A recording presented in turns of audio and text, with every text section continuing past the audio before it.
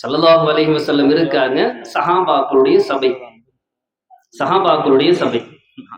ஸல்லல்லாஹு அலைஹி வஸல்லம் ஒரு கேள்வி கேட்கிறாங்க. இன்ன மின ஷஜரத்தி ஷஜரத்தன் லா யஸ்குது வரக்குஹா. ஒரு மரம் இருக்கு, அந்த மரத்தினுடைய இலைகள் விழுகாது. அந்த மரம் ஒரு முஃமினுக்கு உதாரணம். அது என்ன மரம் தெரியுமான்னு கேட்கிறாங்க. எல்லா சஹாபாக்கள் இருக்காங்க. அதுல ஒரு யாருன்னு சொன்னா அப்துல்லாஹ் இப்னு உமர் ரலியல்லாஹு அன்ஹு. இப்னு உமர் ரலியல்லாஹு அன்ஹு இருக்காங்க. கொஞ்சம் வயசு, ஒரு 12, 13 வயசு இருக்கும். இன்னைக்கு 7, 8 படிக்கக்கூடிய மாணவன்.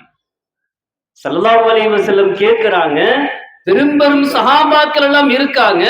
கேட்கும் பொழுது அப்துல்லாஹ் இப்னு உமர் ரலியல்லாஹு அன்ஹுடைய உள்ளத்துல அது பேரிச்சம்பழம் மரம் தான் உள்ளத்துல தெரிஞ்சிருச்சு. அவங்களுக்கு தெரிஞ்சிருச்சு, ஆனா சொல்லல.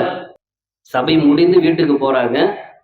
அவங்க அத்தா உமர் ரலியல்லாஹு அன்ஹு சொல்றாங்க, அத்தா இந்த மாதிரி ரசூலுல்லாஹ் கேட்டாங்க, அது என்ன மரம்னு எனக்கு தெரியும், பேரிச்சம்பழம் மரம் தான் தெரியும், ஆனா நான் சொல்லல.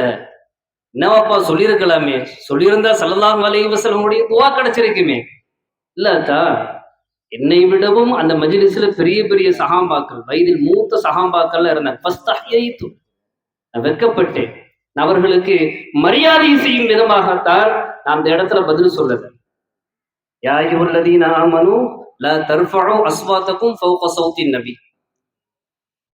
நீங்க நபிக்கு முன்னாடி சப்தத்தை உயர்த்தி பேசாதீங்கன்னு ஆயத்து இறங்கிருச்சு.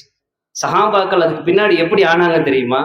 நபிகிட்ட பேசுனாங்கன்னா ரகசியமாக பேசுன எப்படி பேசுவாங்க? 2 பேர் பேசுறது அவங்களுக்கு மட்டும் தான் தெரியும், வேற யாருக்கும் தெரியாது. அந்த மாதிரி பேச ஆரம்பி